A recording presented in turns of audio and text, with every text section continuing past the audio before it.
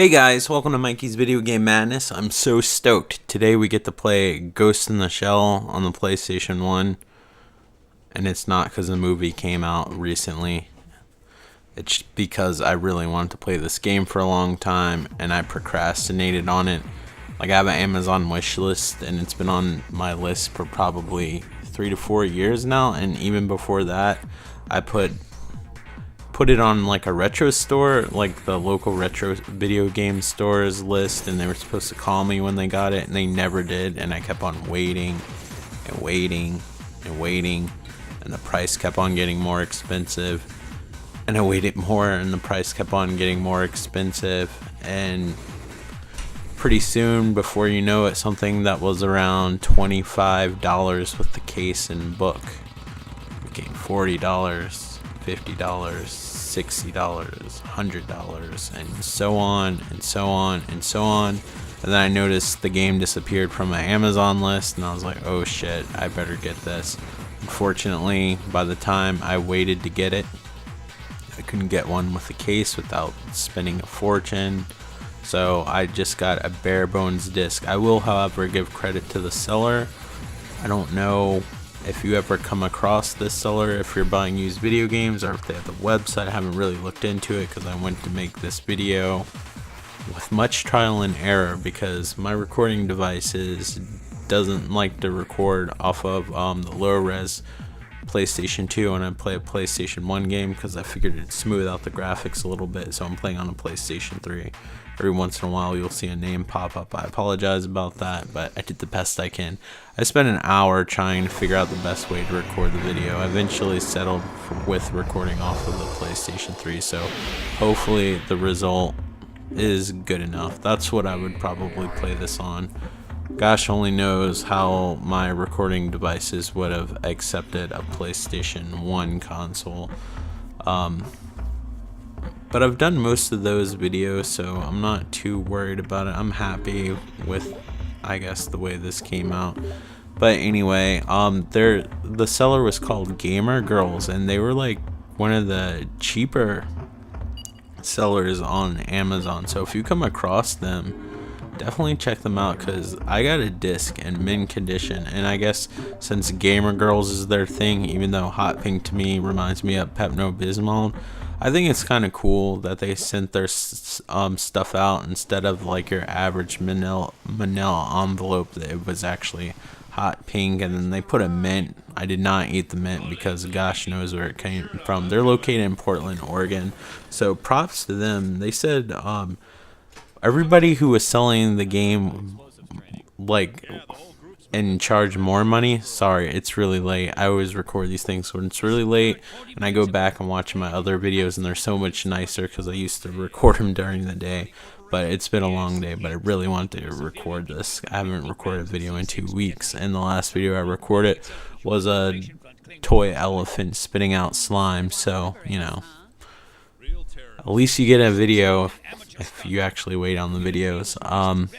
But yeah, the sellers that were selling this game more expensive were just the discs, like light scratches. On eBay and Amazon, light scratches really means gouges. Like no scratches at all usually means light scratches, but this said light scratches. It was one of the cheapest ones, so I got it, because I'm like, if I'm gonna pay a fortune, I expect a damn book in the original jewel case, or at least half of it. So I went with Gamer Girls, and they gave me, I guess they had a disc polisher, or somebody really took care of the game, but I don't think that's the case considering they didn't have the instruction manual or the actual jewel case, but it was in mint condition. So if you come across them on Amazon, I would highly recommend trusting them. And I think it's cool what they did with their little packaging and stuff like that for a little company. So on to this game. This is not actually based on the movie or any of the cartoon series. This is actually based on the manga. And even though Major Kusanagi is on the cover of the game, you actually play as unseen rookie, except for your little tank that drives a tank. I can't remember what the tank's called. I think it's called like a Fujikoma. I'm pretty sure that's what it's called. It was made up just for this game. There's all different kinds of tanks. Usually the talking ones are the Takahomas, which you see on Ghost in the Shell Complex, the TV series, and you also see it on the game. And the mangas as well. There's like a Ghost in the Shell standalone complex manga. I believe that's what it is, or it might be Section 9. I can't remember. But I only have the original Ghost in the Shell manga that the movie's based off of, and then Ghost in the Shell 2, which there is no animated adaptation of that. But anyway, this is actually based on the manga, so what's really cool about this, the actual cutscenes were actually made just for this game, and they have a very different, unique style, which is really cool. And actually the people that recorded the original Ghost in the Shell anime actually provided their voices, which is also really cool. When this came out, I was around say around 15 maybe. It was when I first got my PlayStation 1. This is what I'm kicking myself. So I had Christmas money, because back then I wasn't working, because I was like either 14 or 15. I'm thinking 15, because I wasn't even in high school yet. I was in middle school. So I had Christmas money, like birthdays and Christmases around that time was the only time I got money. And I had a choice of getting Spawn, Jurassic Park: The Lost World, and Ghost in the Shell. My stupid ass got Jurassic Park: The Lost World. For some reason at the time, I thought it was cool. I never saw the anime of Ghost in the Shell, and I think back then it would have went right over my head. Even as an adult, I think sometimes you need to watch that anime more than once. It's one of those things that you get more out of it the more you watch, especially with its existential like questions and tone and stuff like that. But this isn't really all about this. This just takes place in the same universe, and since you play as the rookie, it's like kind of like the concept of Ghostbusters, the video game, where you also played as a rookie. You actually get to see the team function mostly through the cutscenes. It's not like the Ghost in the Shell standalone complex game on the PlayStation 2, which I actually really like, and I feel like if you're a fan of the series, it's a must-have. Just like this, I think this honestly, well, I think Ghost in the Shell standalone complex is a fun game if you didn't know anything about the anime, but I think this is an excellent game especially for an early PlayStation 1 game. This doesn't even have analog support, and you just control the tank. If you were looking at the controls before, it's like X to jump, square to use the machine gun. When you have a grenade, you push circle, and then the shoulder buttons just make you strafe left and right. That's it. And then auto aim. Sometimes the auto aiming's a little bit off. The fog's a little bit thick in this game. Enemies tend to appear in front of you a little bit, but you know, all in all, it's a great game. This is actually made by the Jumping Flash people, and you can really tell because, I mean, it's a third-person view, but it's kind of the same concept where you control like a tank, except this one isn't shaped like a bunny rabbit. It's more shaped like a little spider. So yeah, so you have mission objectives, and right now we're going around and we're trying to blow up these tanks that have access codes so we can make it to the boss level, and then the next level you actually go into a tunnel and stuff like that. But yeah, I can't believe it. So I got Jurassic Park: The Lost World, which is an awful game. I don't know if you saw my video. I feel bad because my grandmother helped me get it, but I did get one good game, which was Castlevania Symphony of the Night, which is one of my all-time favorite games to this day, if not my all-time favorite game. But yeah, that was a bad choice. It was from EA, and it had the little lenticular like package of the T-Rex, and it looked all 3D. This just was like a plain Jane. It almost looked like a budget game, and at the time it was. I think, like I said, it was like $20 or whatever. $20, I guess back then. It's almost like $40, but passed up on it, and now here I am looking for it. But I'm so happy that I got it. So if you collect PlayStation 1 games, I definitely would recommend this, even if you don't care about the anime. And you don't need to see the anime to watch this. Like I said, this is a standalone game, so you don't really need to know anything about the series. And it's just fun controlling the tank. And I swear, this is one of those games that after like 10 minutes, I don't know if any of you experience this, but there's some games, especially action ones, where you play and then you get into the zone. And I love the mechanic where you can crawl up buildings and stuff like that. For an early 3D game, the camera is pretty on point, I will have to say. And I love how it zooms in to your guns when you're in close proximity to something. The only thing I wish this game had was like a quick turn, because it takes forever to rotate your vehicle. But yeah, it's really cool, and it's a shame that digital downloads and stuff like that rely so much on licensing. But with the PlayStation 4, we haven't got a lot of PlayStation 4 games, because they want you to get the PlayStation Now. And PlayStation 3, since they just discontinued making it, the store is like a mess. You can't go into the PlayStation 1 and 2 Classics category anymore. They just shove it into the store, which is lame. But yeah, this is a great game. This actually came with my PlayStation 1, not like whole game, but there was a demo of this with my PlayStation 1. Like, it was past the time where you got like a game in the box, but you still at least got a demo disc, and this was one of the games. I think Jurassic Park The Lost World was on there too. Why did I get that? This is like worth more than $20. It is a fairly short game. I remember getting this, renting this at Blockbuster, and remembering how awesome it was, and regretting that I got the Jurassic Park game. That game, you start out as a Compassaurus or Cumpy. I don't. There's probably some longer scientific name that I'm not getting. I'm not a paleontologist. I don't know much about dinosaurs besides Jurassic Park and a few books I read as a kid.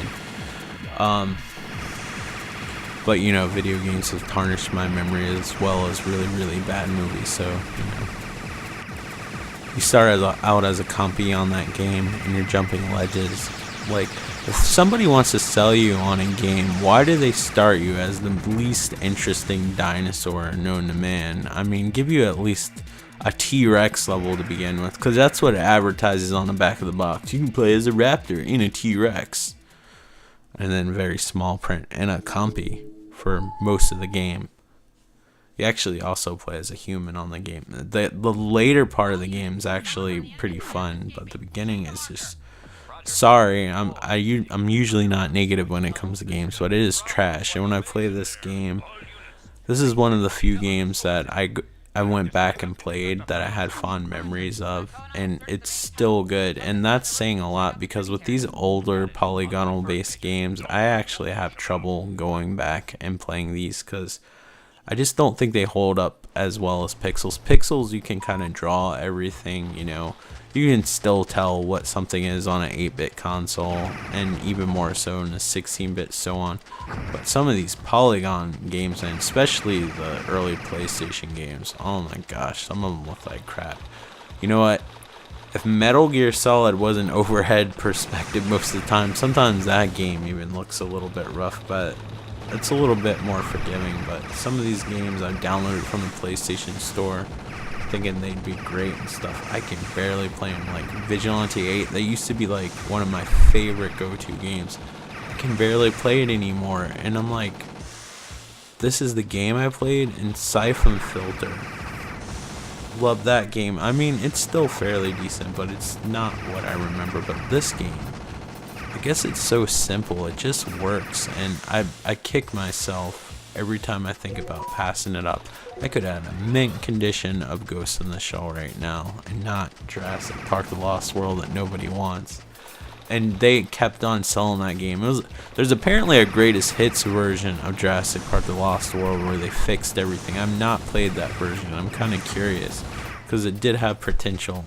We're playing a Ghost in the Shell game, and I'm talking about Jurassic Park The Lost World. But yeah, so yeah, I remember renting this game, and my dad was a repairman at the time. I got my first stereo system, but it had a short, so the speaker shorted out on it, and it also had a headphone jack, and that still worked.